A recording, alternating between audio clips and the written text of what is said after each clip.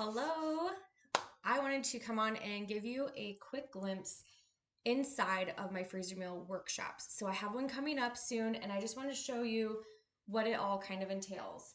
So first of all, if you're joining virtual, you will get a packet from me that has all the written instructions, the grocery list, plus the cooking day instructions for the day that you pull them out of the freezer. If you're joining me in person, you will have me here guiding you along the way step by step, as well as getting the packet to go home with you so you could repeat these meals down the road. So today we're going to make the savory maple pork chops. This is a fan favorite, and it's super easy, comes together really well. So part of the pre-workshop setup is to get your meat all set up, and you're going to have it in a freezer Ziploc bag. In here I have 6 pork chops, boneless pork chops, and guys, I just picked these up from Fairway. They're 3 for $5. So, and these are massive. Like I probably could have filleted them and gotten 2 out of each one. Look at how thick those are. This is gonna be so good. So we have that as our pre-set up, and I have it labeled here. So it says savory maple pork, and I have the date so I know when I prepped it. So we are just going to flip to the page to get this recipe started. So this here, we're going to marinate our meat, and then we're also going to make some apples. So we would have baked apples to go with it, as well as a sweet potato. I'm throwing that in there because I thought it sounded good last minute. So, all right, so the first step to do is in the bag with your pork, you're going to open this up, and inside you're going to add in 2 tablespoons of the maple rub. This savory maple rub smells so good. I know many people like this on pork. I have also heard people like it on shrimp. My bags. Shrimp and chicken, sweet potatoes. I've heard people put it in their pancake mix. This jar is almost gone, so we're gonna have to open a new one. So there's one.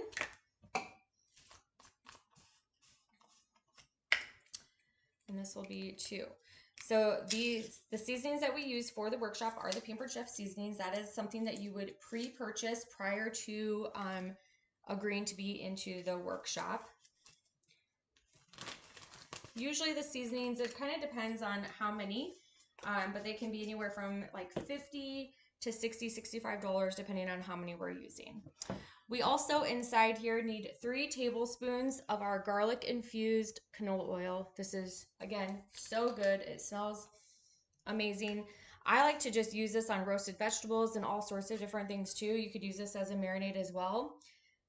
So we're going to do 2 tablespoons. During my workshops, I like to use 1 tablespoon for liquid ingredients and 1 for dry ingredients to keep them separate. And then we also are going to do 2 tablespoons of Worcestershire sauce. Worcestershire, that's such a hard one to say for me sometimes. I think I did pretty good though. Can't spell it though, I promise you that. All right, so once I have those in here, then I'm going to close this up, and then we just kind of knead it around and try and get everything coated really good. Now this, you can definitely leave this in the fridge. Like if you wanted to prep all these meals and eat them all in the same week, you could leave these in the fridge and they would be good for that week. But you can also put them into the freezer, and they're usually good. I mean, 6 months or so. Within 6 months, our family usually has them all gone, and we reset and do more. So this meal, you can do like on a sheet pan, you can grill it. There's a lot of different ways to cook. You could even throw it in the slow cooker if you wanted. So I have my meat nice and marinating now. We're gonna set that aside, and then we're going to get a new bag for our apples and sweet potato that I decided to throw in. So for our apples, we are just going to use our apple core. I already washed them up, got the stickers off, all that good stuff. So you just take the apple core, place it over the stem, and just kind of rock it back and forth. Easy peasy. Pluck them out and throw them in a new bag. So part of the health and safety of these freezer meals is keeping your vegetables, or in this case fruit, separate from your meat. It prevents that cross-contamination. Number 2.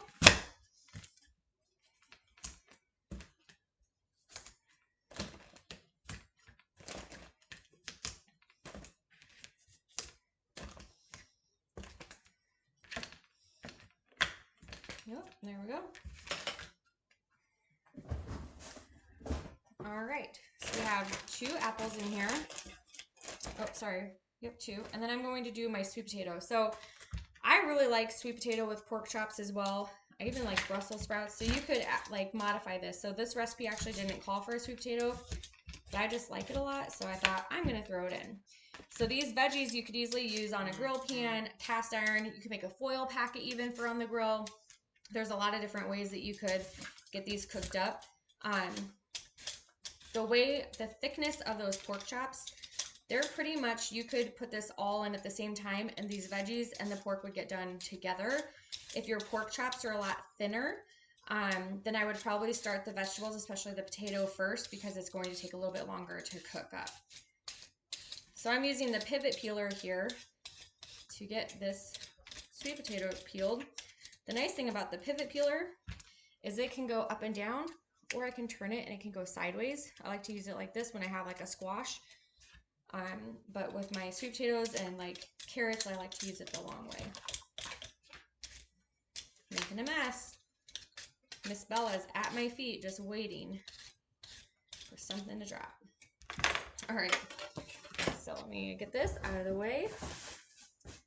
A little tip that I have is when I'm doing my workshops, I usually have big bowls around the island, and I recommend that you have that also in your kitchen, so you can just throw your garbage in and you don't have to keep making trips to the garbage if yours isn't like really handy like mine is right next to my cooking area.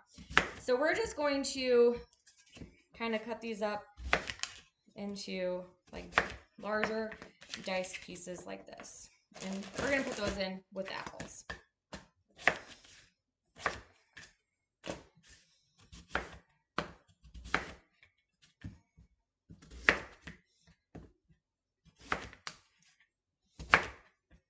So if this is something that you're watching and you're saying, oh man, I would love to prep ahead like this, or I would like more information, be sure to connect with me. I'm actually getting ready to get the orders placed for this round. So I would love to get you in if you're interested.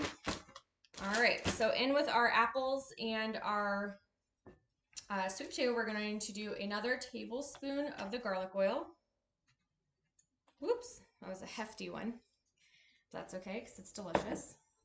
And then we're going to do another tablespoon of the savory maple into there.